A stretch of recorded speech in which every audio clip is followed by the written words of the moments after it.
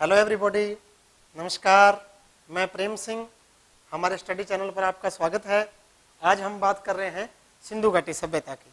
पिछली वीडियो में हमने सिंधु घाटी सभ्यता के उत्खनन के बारे में, कैसे प्रकाश में आया ये स्थल, इन सब के बारे में बात की थी। इस वीडियो के अंदर हम बात कर रहे हैं नगर नियोजन के बारे में, हड़प्पा सभ्यता का नगर नियोजन।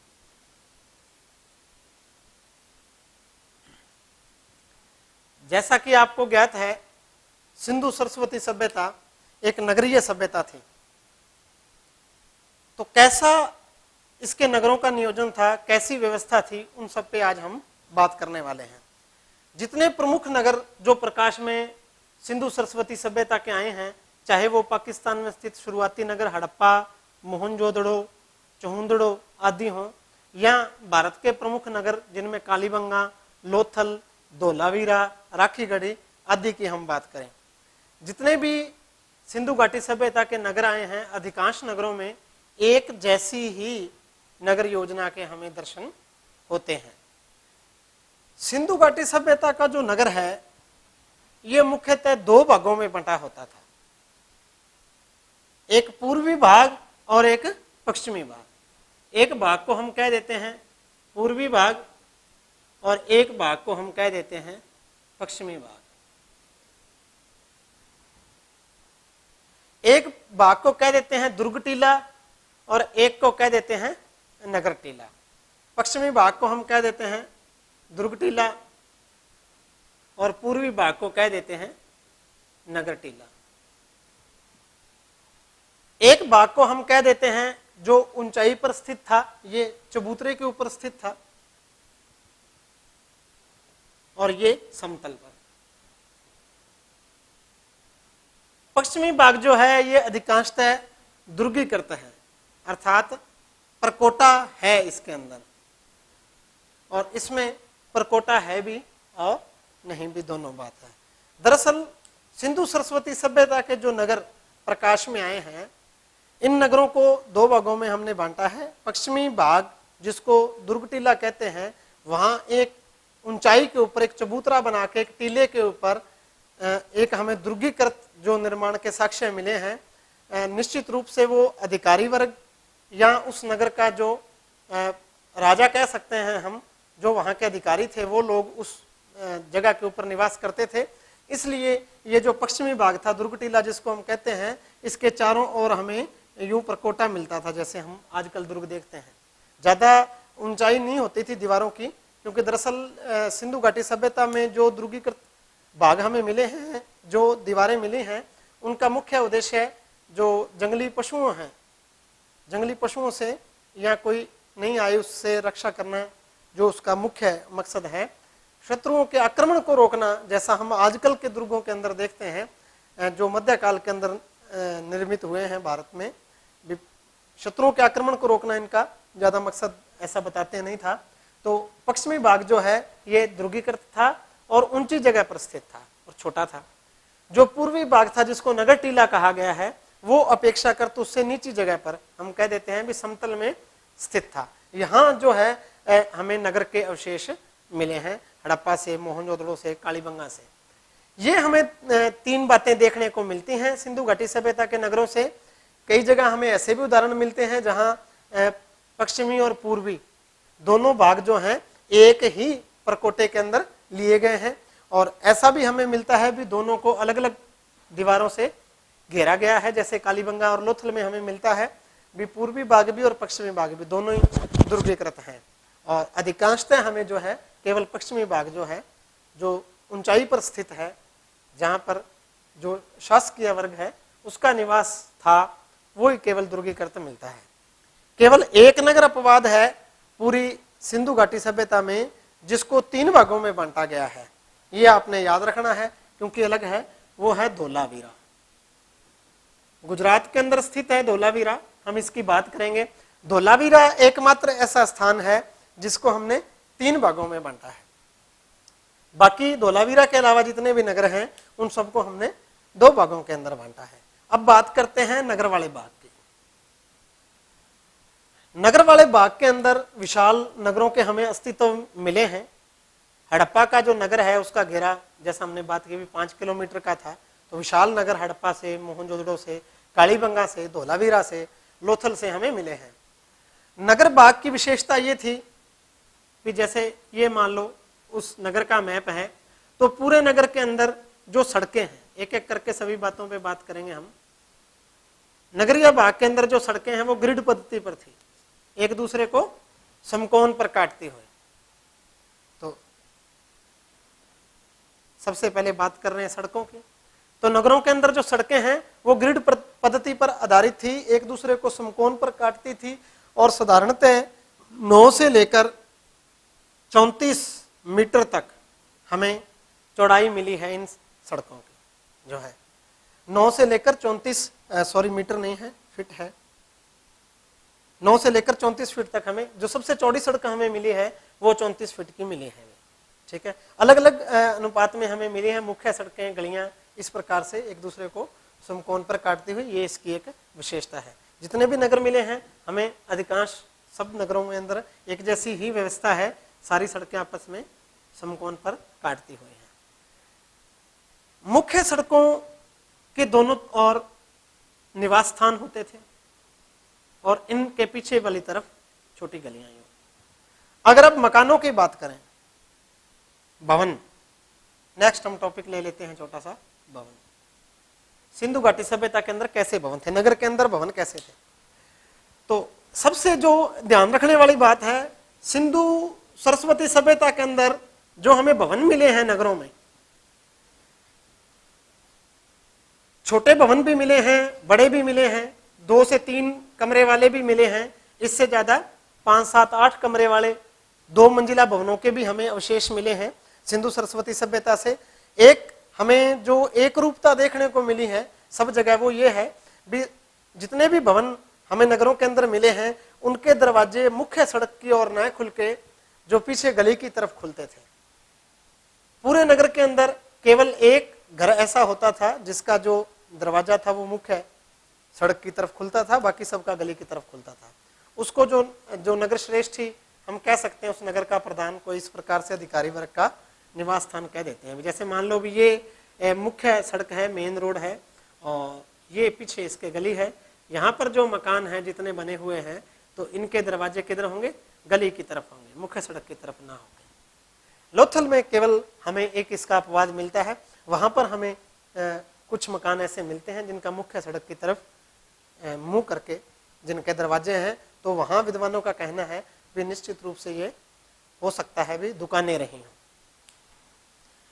दूसरा, अगर एक मकान की हम बात करें, एक भवन की बात करें, तो सिंधु घाटी सभ्यता के लोग, आप इस डायग्राम से समझ सकते हैं, भवन निर्माण जब करते थे तो यूं एक साइड में जो मुख्य दरवाजा रखा जाता था, इसके बाद इधर 3 से 4 जो कमरे उसमें बने हुए हैं, एक यहां पर कमरा जो हमें मोहनजोदड़ो से, कालीबंगा से जिसके अवशेष हमें मिले हैं, भी गली के ऊपर जो कमरा होता था उसके 2 गेट होते थे, एक यहाँ बाहर से और एक अंदर से। इसके अंदर कुआं, कमरे के अंदर कुओं के हमें अवशेष जो हैं वो मोहनजोदड़ो से मिले हैं।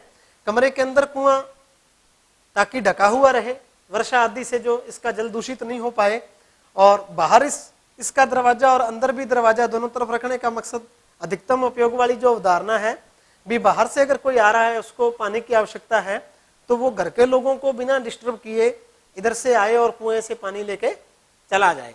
अगर घर वालों को चाहिए तो वो भी इधर वाले गेट से आके ले सकें। इसके अलावा प्रत्येक घर के अंदर शौचालय हमें मिले हैं, प्रत्येक घर के अंदर हमें स्नानघर जो है, स्नान घर के अवशेष मिले हैं। इस प्रकार से पश्चिमी जो है स्टाइल के हमें शौचालय सिंधु घाटी सभ्यता से मिले हैं। इसके अलावा जैसे एक मकान यहाँ पे है, इसके साथ जब दूसरा मकान वो बनाते थे तो 2 भवनों के बीच में कुछ 3-4 फीट या इससे ज्यादा का जो गैप रखा जाता था, ताकि उस भवन की छत से दूसरे भवन की छत पे नहीं आया जा सके। तो ये सब जो विशेषताएं हम देख रहे हैं, एक कोने में दरवाजे वाली देखें भले ही, या उनके भवनों से देखें, बीच के अंदर यूं आंगन होता था, सारा सिस्टम हमने देखा है। भवनों के बीच की दूरियां मुख्य सड़क की तरफ वो कभी कोई खिड़की या रोशनदान नहीं बनाते थे।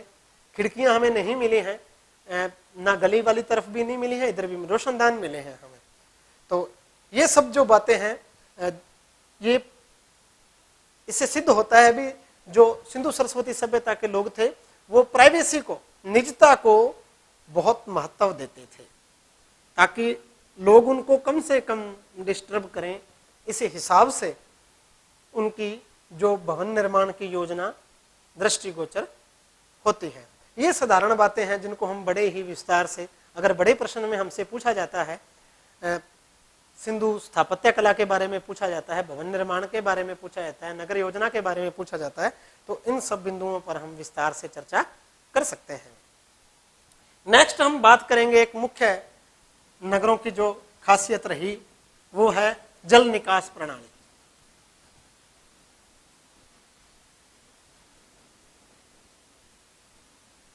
देखो, नगरों के हमें साक्ष्य मिले हैं, हम सड़कों की बात कर रहे हैं, साथ ही साथ हमें ध्यान रखना है भी जो अंतिम क्रियाक्रम के स्थल हैं, चाहे वो शमशान घाट है, कब्रिस्तान है, उनके भी हमें साक्ष्य मिले हैं। दुर्ग टीले के अंदर भी मिले हैं और नगर टीले में।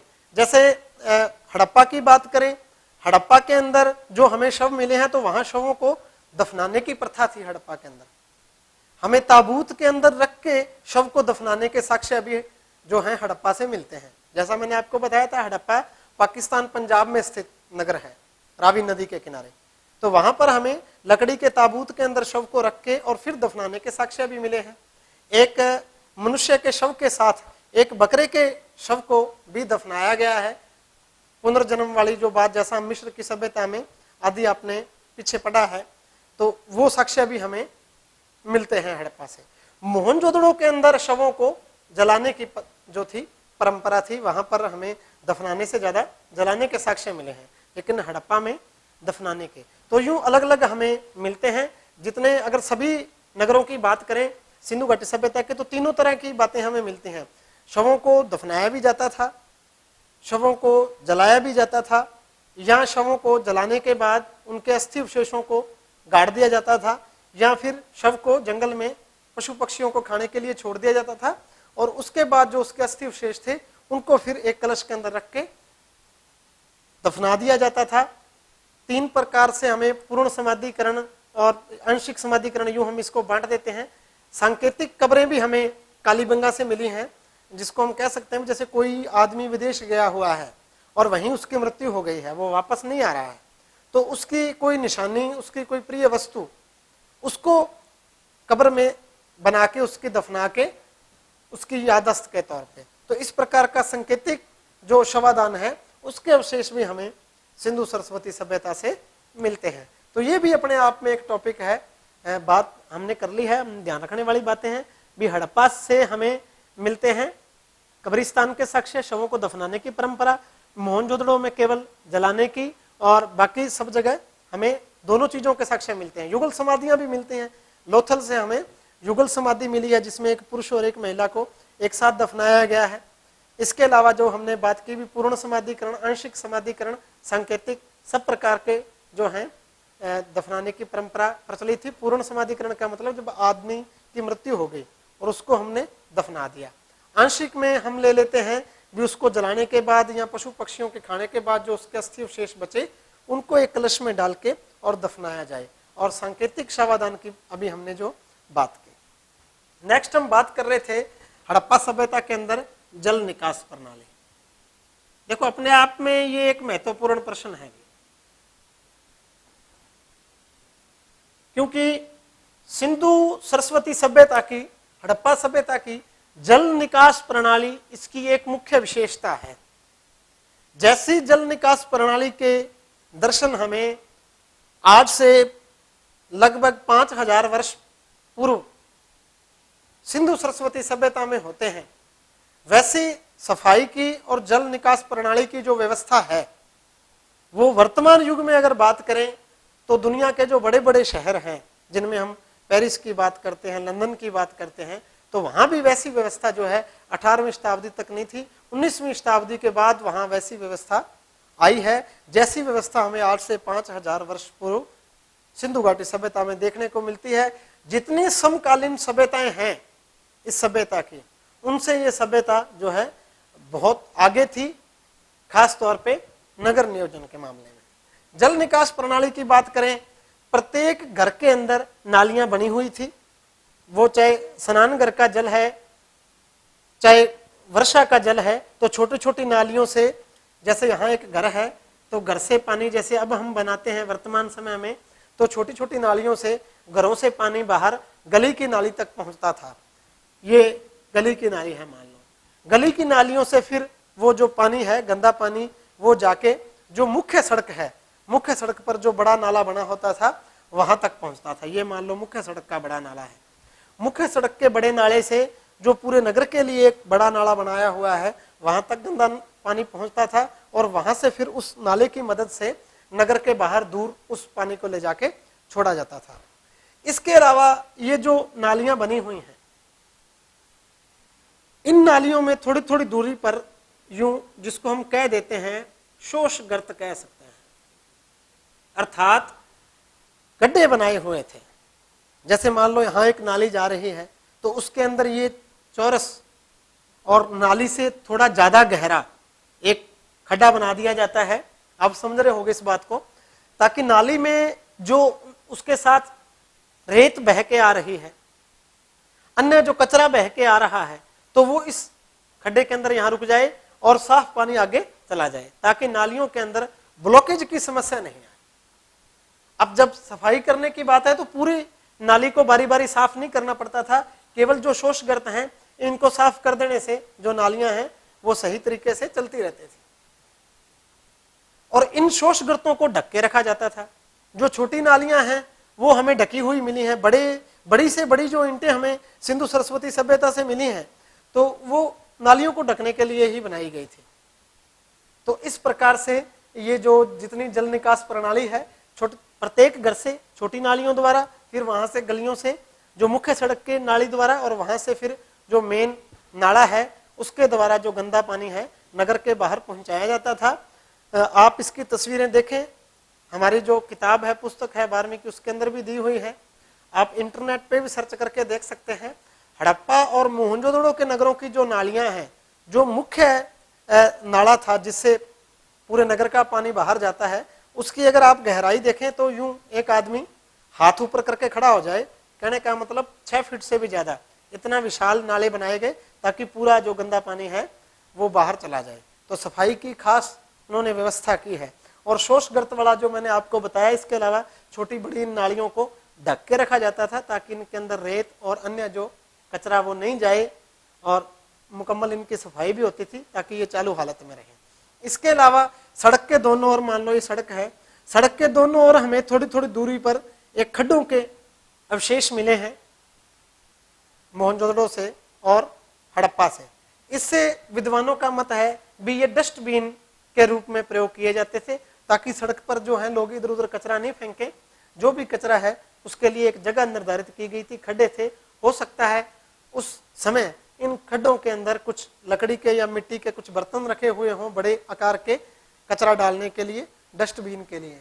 तो कहने का मतलब कचरे को भी एक जगह इकट्ठा फेंका जाए ताकि उसको फिर बाहर फेंका जा सके, साफ सफाई का ख्याल रखा जा सके। इस प्रकार से डस्टबिन के इस्तेमाल वाली जो बात है इसके हमें साक्ष्य मिलते हैं, नालियों के साक्ष्य मिलते हैं। एक जो खास बात 1 नंबर के प्रश्न में पूछ लेते हैं, लकड़ी की नालियां।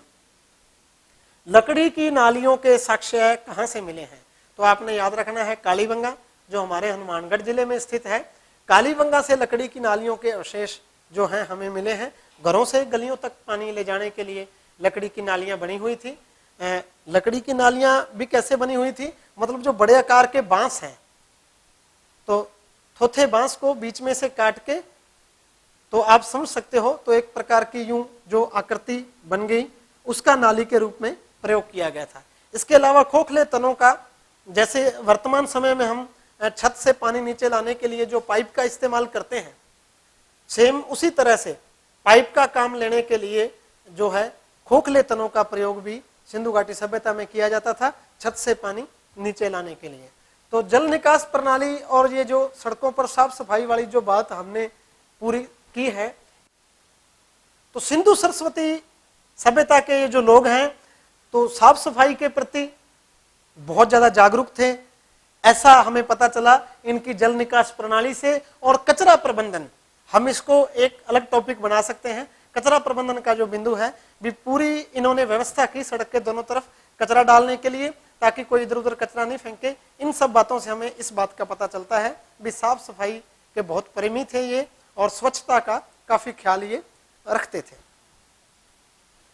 इस वीडियो में हमने बात की है नगर नियोजन के बारे में। नेक्स्ट वीडियो के अंदर हम बात करेंगे विशिष्ट स्थापत्य, अलग अलग जो नगरों से सिंधु सरस्वती सभ्यता के जो खास निर्माण हमें मिले हैं दुर्ग भाग के अंदर भी और नगरीय भाग के अंदर भी, जो हमें विशेष प्रकार के जो निर्माण मिले हैं, उनकी हम नेक्स्ट वीडियो के अंदर बात करेंगे। अभी के लिए इतना ही।